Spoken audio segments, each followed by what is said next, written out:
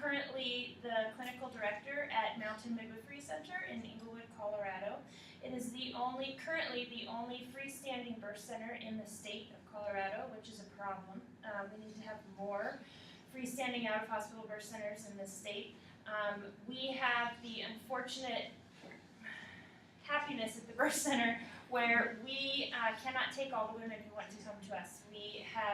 We only have so much space available and so many midwives available, so we can only take so many women as clients, and we have to sometimes turn women away who want care at our birth center, and that is just horrifying to me. And so we need more birth centers in this state to accommodate all of the beautiful births that are happening in this state. We are the only independently owned and operated nurse midwifery practice in the state, which is also makes us very unique in the spectrum. Our clients are typically people who have done a lot of research and find us through their research processes about birth. So they're typically people who are very kind of proactive about investigating their options and their resources and utilizing the system. And many birth centers, there's several different types of birth centers. There are birth centers that serve all different populations, and some of them are a little bit different than the population that we serve at our birth center. But we are fast approaching 1,500 babies, which is fantastic. We've been open since 2006, and just growing exponentially every year since then. So. I'm Yvette Gentry. I am actually student midwife. I'm one birth away from finishing the PEP process. I'm hoping she'll go into labor before the snow comes so I can be prepared for something. I've been a student midwife for a little over 8 years now. I started out at Seattle Midwifery School, and that is a program that is no longer running. They actually merged with Bastyr, and so it's no longer Seattle Midwifery School, but that program was online, and I traveled to Seattle once a month for 2.5 years. Wow. And I decided that wasn't for me, and so because I wanted a master's in midwifery, and that was just a certification program. I'm actually still seeking a master's in midwifery because it's just tough to do from Colorado. There are no schools that offer that without a nursing degree in Colorado, and so I'm actually pursuing the certified midwife path now, which does offer a master's degree with an online program from the University of Philadelphia. So, and that's going to be a long battle because certified midwives are not recognized here in Colorado. So we'll see how that goes. And actually, finishing up my last birth, my last preceptor is Elise Colville, and she's retiring, so I'm now with the new preceptor for this last birth.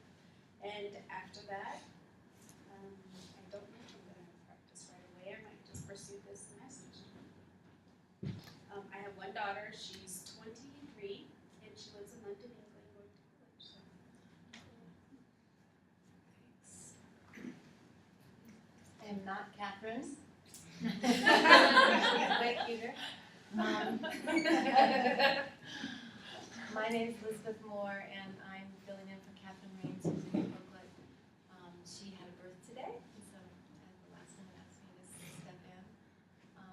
So in the spectrum of midwifery types and credentials and practice, I am a home birth midwife. My credential is what's called a certified professional midwife, which is another credentialing body. We share the same credentialing bodies actually, but mine doesn't require a nursing degree first. It's accepted in 20-some states, and Colorado is one of them. I have a home birth practice in Boulder, Colorado. I've been in private practice for 18 years there, and my clientele is primarily white. I think that's more a reflection of my environment that I live in versus my own biases. I have about a 3% Asian and very few African American clients. I have a 10% indigenous women in my care through a program called funded ways that women can find alternative healthcare providers. What was the name of it? CHP Plus. And I birthed 3 sons that are now amazing men. Anything else? I think that's it. So we heard Eliza talk about a little bit about the outcomes at Denver Health, and so I'll just give you guys just a really quick rundown of national statistics and sort of the state of maternity care as it is conventionally practiced. We rank behind 49 other countries when it comes to maternal mortality. We're doing a very bad job, but we're spending more than anybody else. Our cesarean section rate is about 33 to 34% right now, and so as we heard Eliza say, their hospital practice is 18%, which is amazing. And basically the cost of an uncomplicated vaginal birth in a traditional hospital setting is about $10,000. If we're talking about a complicated vaginal birth, or if we're talking about cesarean sections, it can be $20,000 and up. And I wonder if, Eliza, you've already kind of talked about your outcomes, but if Aubrey and Elizabeth could talk a little bit about sort of their outcomes in their own practices and where they work, and sort of the cost, what the cost is. I like, the cost factor is crucial, and I like what you said, that the cost of an average vaginal birth in a hospital is $10,000, and that is simply for the birth. That is not for the prenatal care leading up to that day, and that is not for the postpartum care that follows. That is only for that finite period of the birth. And childbirth in this country is the leading cause of hospitalization in the country. And in 2008, there was $97+ billion spent on this. It was the biggest contributor to healthcare costs in that year of 2008 when the statistics were gathered. 5 of the 10 top performed procedures in the hospital are childbirth related. So it's a big money taker and a money maker, which is part of the politics of this. So our care at the birth center, if a woman comes to us and has no insurance, which we do take insurance, but if she has no insurance and we give her care from the beginning of her pregnancy all the way up to the birth, for the labor and the birth, and 6 weeks postpartum for the mom, and 2 weeks postpartum for the baby, the complete cost of that care out of pocket, if she gets all the bells and whistles, is about $4,200.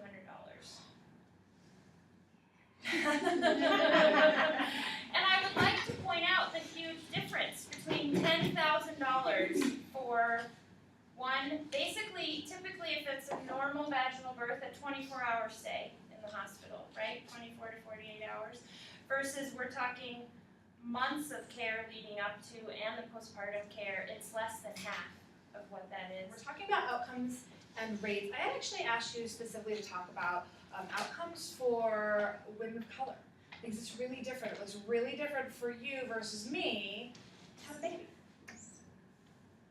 Well, the national statistics for women of color for preterm birth is actually about,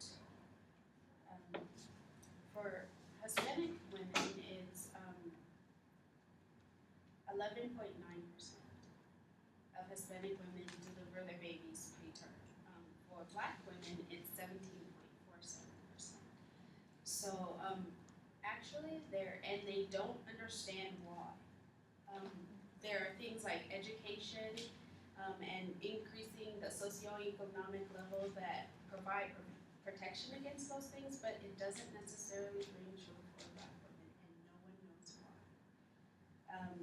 There's currently a research study being done at the University of Florida, and they're just trying to figure out what is going on, that this is not, that education is not changing, is not preventing preterm birth rates for Black women. So, and also low birth weight. Babies are more likely to be born to Hispanic mothers and to Black mothers. And part of that they think is diet and just normal life stressors.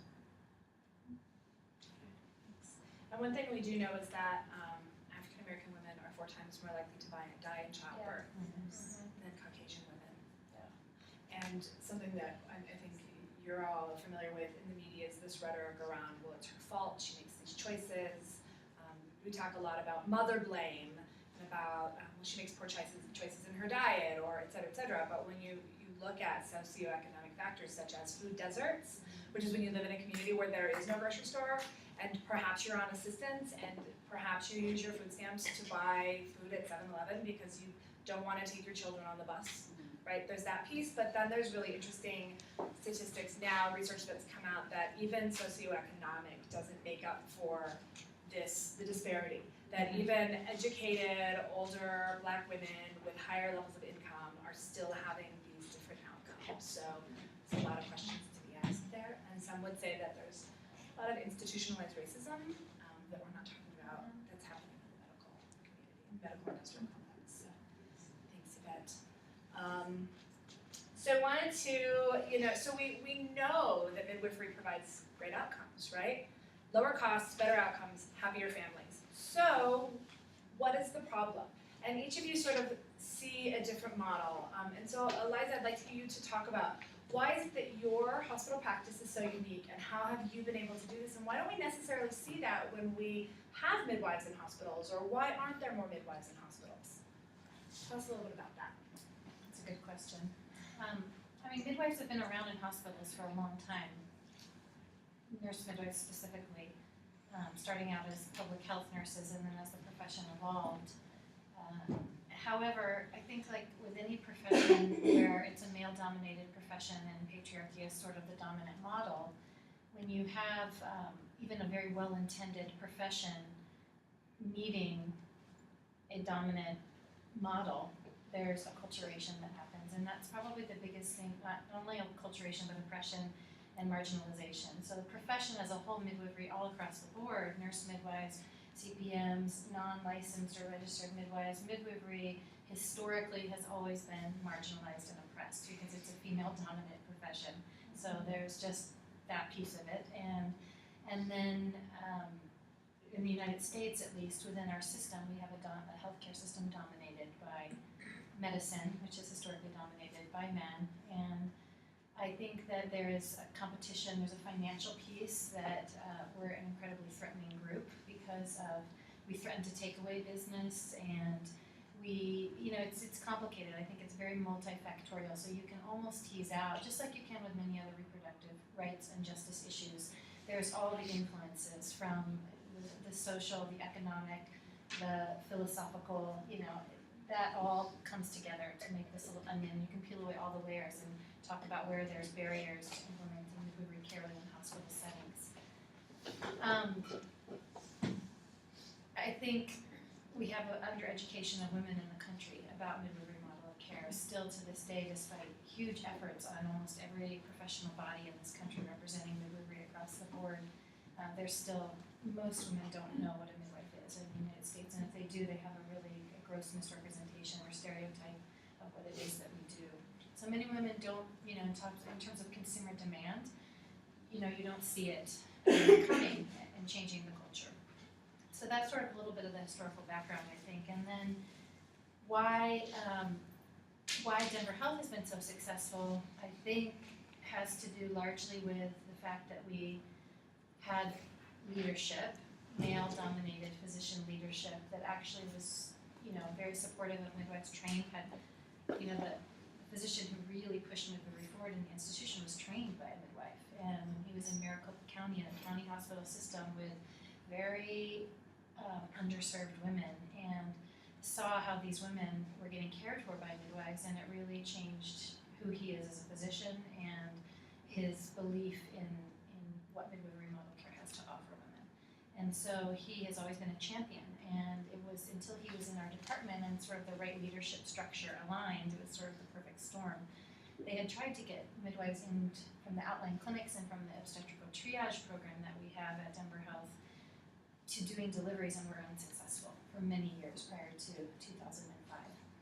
So in addition to that, he really chose the right midwifery leader. So it was just really this perfect storm, someone really highly committed to changing hearts and minds, a skillful leader who was not dogmatic and was about bridge building and collaboration, and not about further creating the silos between obstetrics and midwifery, which they're pretty big. They're very distinctly different professions who historically don't like each other, and don't support each other and don't think there's value on either side. And so he really wanted someone who was going to be skillful, and he chose a very skilled leader to come in and launch the program, who was a big-time bridge builder and policymaker.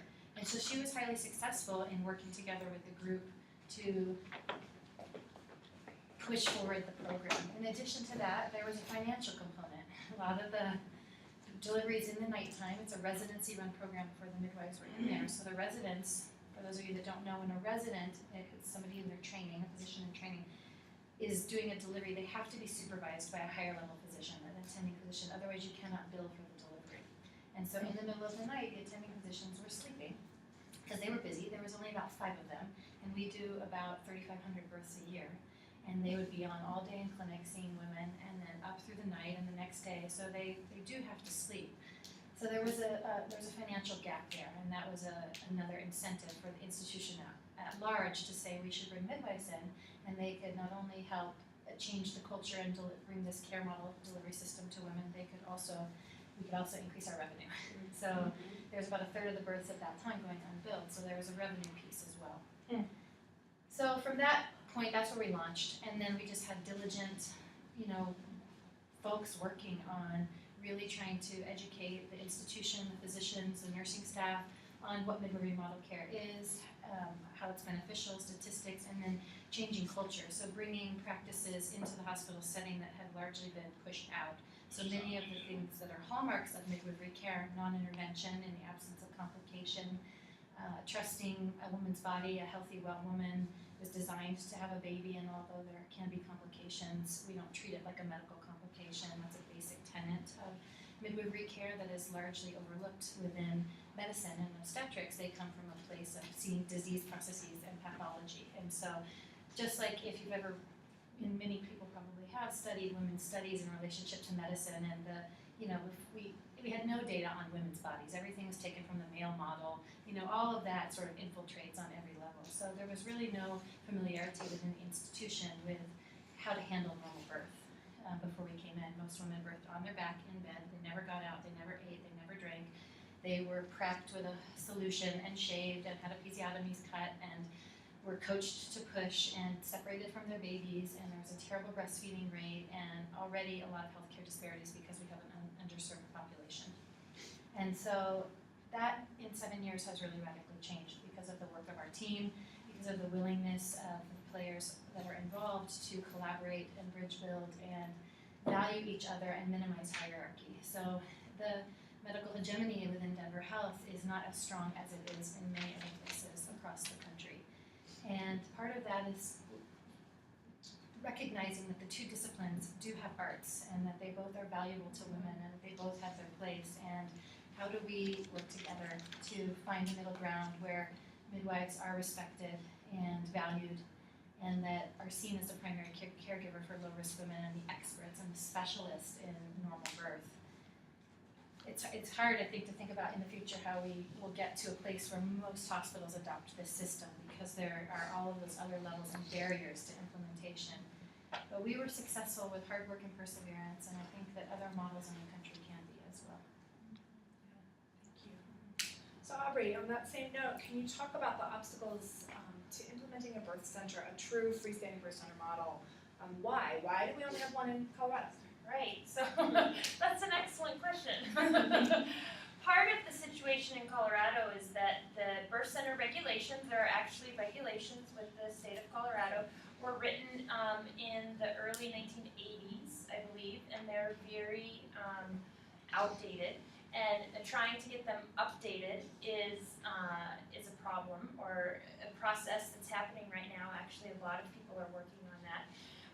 It's also hard. It's expensive. It takes a lot to open up a birth center. I think there's a freestanding birth center, just to be clear and to kind of clarify, is we are not attached to a hospital. We are not affiliated with the hospital. I do not have a physician that I work with on a day-to-day basis.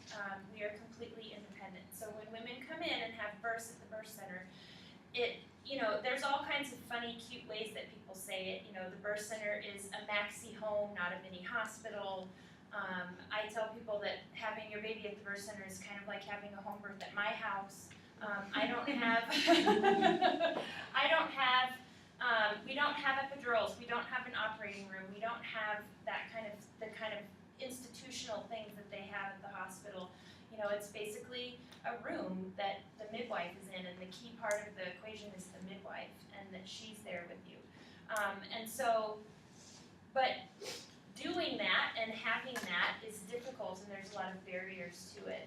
Like, you can't just have a birth center at your house or the cute Victorian place that's for sale on the corner, right? Because there are building codes and health department codes, and you have to have the right kind of wiring, and you have to have safety and fire exits, and everything has to be ADA accessible. And, you know, not that those things are bad, but there's a lot of financial barriers that come to putting that up and actually physically having the birth center open.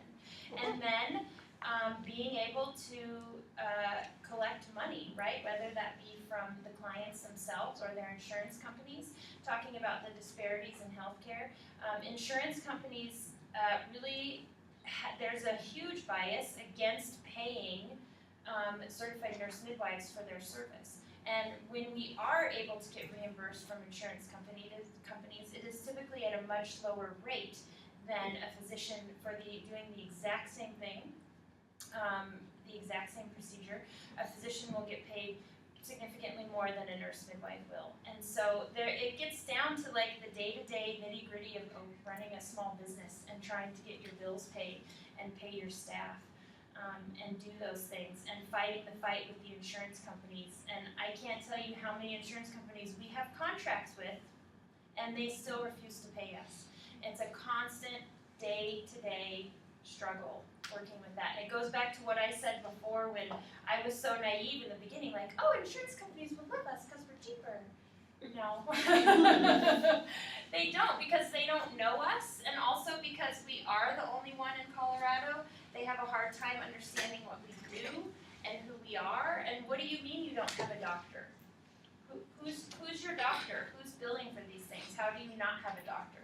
Well, we don't have to have a doctor actually in Colorado. You know, we have to go through constantly with the statutes and the regulations. And in the state of Colorado, certified nurse midwives can be independent practitioners. And I don't have to have a doctor who is ultimately in charge of the things that I do and the tests that I order and the procedures that I perform. And it goes back again to what Eliza was saying with the whole patriarchal system and midwives, the history of midwives being the joint history of women's rights and movements, is that there's a constant struggle to kind of overcome that and overcome that patriarchal system. And that is a huge barrier to the birth center model and having more birth centers in the state. It's a long-winded answer, right? But it's a complex issue. It really is. It's not just, oh, I want to do this, and then you do it. It's very complicated. There's this house in the Highlands. That would be the perfect birth center. Probably not in my lifetime. Yvette, on that same note, so you'll notice that our panel is 3 white women and 1 black woman. And that is even statistically not really what we see in the world of midwifery or in the world of childbirth professionals. And I wonder if, again, you can talk about what are the obstacles, I recently saw a Facebook post that you had about midwives of color and the need for more midwives of color, and I think therein lies an obstacle to implementation. Can you address that a little bit for us? Well, as far as midwifery goes, it's been 8 years, and it's been probably about 5 years that I haven't really had regular steady paycheck. So that is a huge barrier to just anyone becoming a midwife, let alone women of color. Just the whole not having midwifery schools that are nearby, and a lot of it is that they're online programs, and then financially it doesn't really cover them. So you're coming out of your pocket for that, and books are about $2,000, and you're working all the time, but you're not getting really paid. You're doing a lot of apprenticeship, and it's a huge barrier to becoming a midwife. And I know I'm very fortunate, and it just, I really think it comes down to money.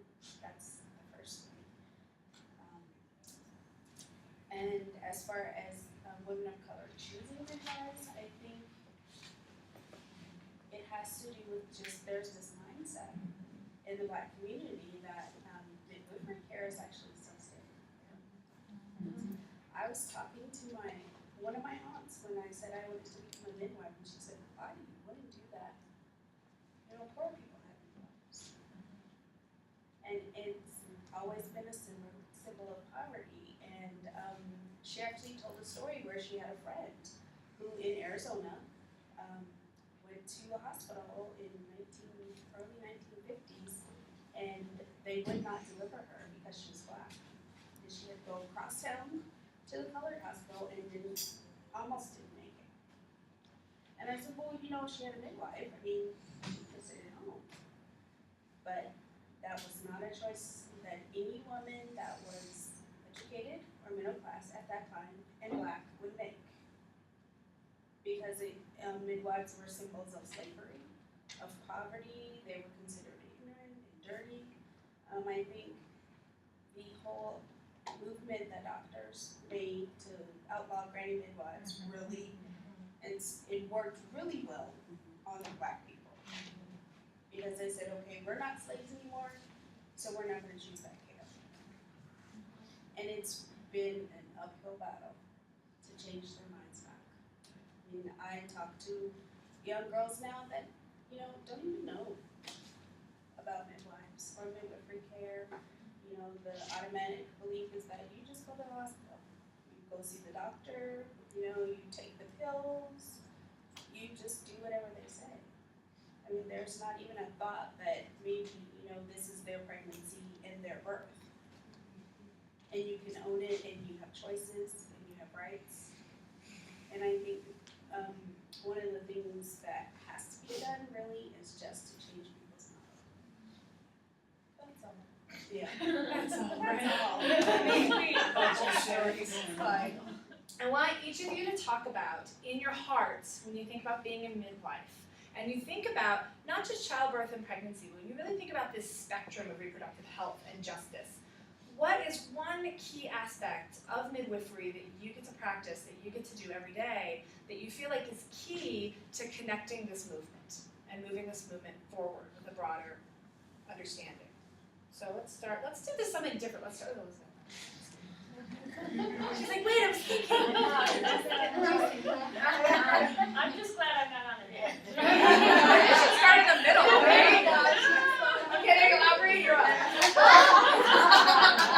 It's like when you're not at the committee and you get signed up for something. Right. Oh, totally. Yes. Yes. So you should, Yeah, let me know Aubrey, you're you're up. okay. So, you know, it's so hard, like we have such a limited time to talk about this right now, right? And the reproductive rights issue is so huge to me because I think pregnancy and birth and lactation, in particular, these things often are left out of the dialogue, and it's something that I think is so wrong. Like we need to bring it in. It's a huge part of it, and I could go on and on about that. But as far as how that affects my midwifery is I often think about what midwife means, and it means with woman. And it means that I am with this woman on an equal playing field. And my goal is to give her the tools and the education and the support so that she can learn about her own body and her own processes and take that empowerment and that education and bring it forth into her life going forward. And the empowerment that comes through your birth experience, whatever your birth experience is, that doesn't mean that you have to have an unmedicated vaginal birth outside of the hospital to have an empowering birth experience, and that you can have a cesarean section and have an empowering birth experience for you. But the process of making an empowered birth, regardless of how that outcome works, will carry a woman forward throughout her whole life and give her the strength and the support and the inner wisdom and knowledge to use her voice in her community going forward. And you know, Elizabeth said something in the panel before that any major movement in the world, most movements can be traced back to women and their babies making changes. And I think one of the best ways to do that is to empower women through the process of learning and knowing their own body. Even women who choose to never have children, and being empowered in that decision and that process and understanding their bodies through that.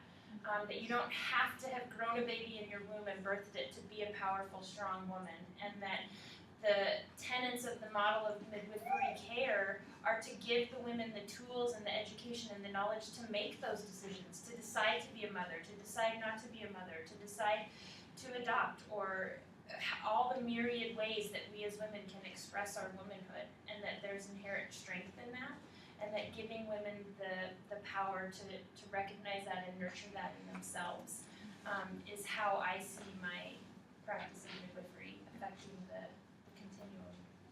Nice. I'm glad we're recording this.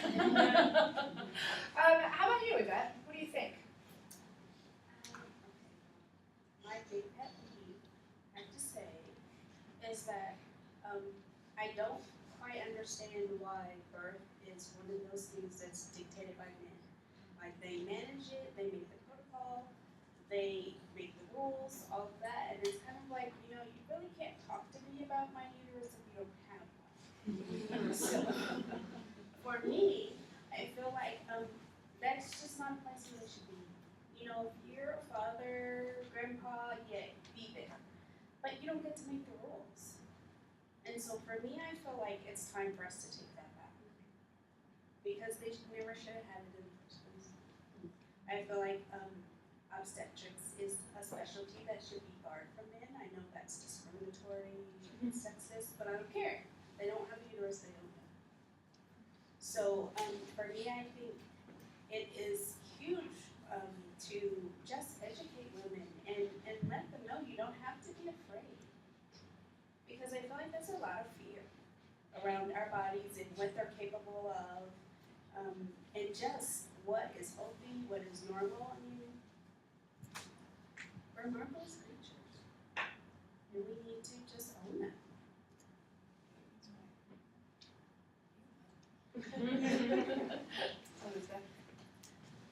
Well, first of all, I really appreciate the question because I heard something about from your heart.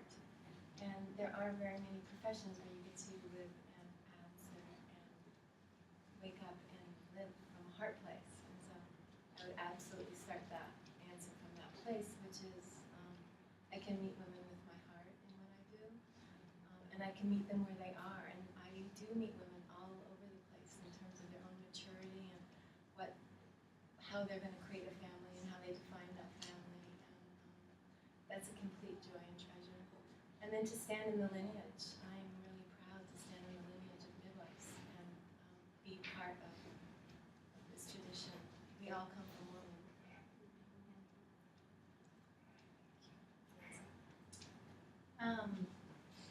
I guess the piece, speaking from my heart, that I love about midwifery is, that it's sort of a salt of the earth profession, and you do get to, although there's tons of pretense bound up in the politics of the profession, when you distill it down to its essence, it is a place where I think I'm able to also meet women where they're at, serve a variety of women, hear women's stories. It takes me out of my own privilege and allows me to be in other women's experiences, and I feel so honored that I could get to come to midwifery from a place of respect and compassion and love of other women, even when it's not easy to care for them. But most women, I find that it's really easy to meet them where they're at and to offer them love and compassion and respect. And I feel really lucky to be able to do that. And I think the platform for which I feel so fortunate about midwifery revolves around choice, of whatever choice it is that they're making, whoever they are. And that has really shaped my midwifery practice, and it was very different in the beginning. I think I was highly romantic about midwifery and highly dogmatic, and the pleasure of working with the population that I work is that even though, yes, there's a whole dialogue about how women are grossly misinformed, and if they were better informed, they would potentially make different choices, and there is a lot of women blame that happens for women making choices that don't align with the midwifery model. So I feel really blessed that I get to take care of a lot of women that may make choices that I may not personally make for myself or aren't completely in alignment with the midwifery model, but that I'm able to see that, remove my bias, and see where my own bias or the bias of our profession actually can be get in the way of caring for women in a way where you can truly meet each other and see each other. So, and there's still, even within midwifery, because we aren't separate from the medical model, we are still bound up in that. There is a fair amount of imposition of bias, and so I'm soapboxing a little too, but that's one of the things in my heart that I love about where I'm at in my midwifery practice, is really being able to, there's still within midwifery authoritative care. I'm the authority, I'm the midwife, I'm the expert, and really the awakening within the woman, her own expertise and her own authority is a real joy of the work that we do, and that I want her to stoke her own empowerment and be able to find that. So partnering with her and helping her, having shared decision making with her are really a lot of what I love, and not trying to dictate when she can get her IUD out or when it better serves her, or the fact that she's on Medicaid and she already has 6 children and what the hell is she doing having another baby. This still is alive and rampant in midwifery, us feeling like we should be able to, we know what to do for her. Like she needs to contracept, or she should terminate or not terminate, or how do we make ourselves accessible to, the LGBT community, and there's so many, it's amazing because you have so much to do within the profession. It's very multifaceted, so that also is where my heart, I love that there's constant challenge and areas to grow.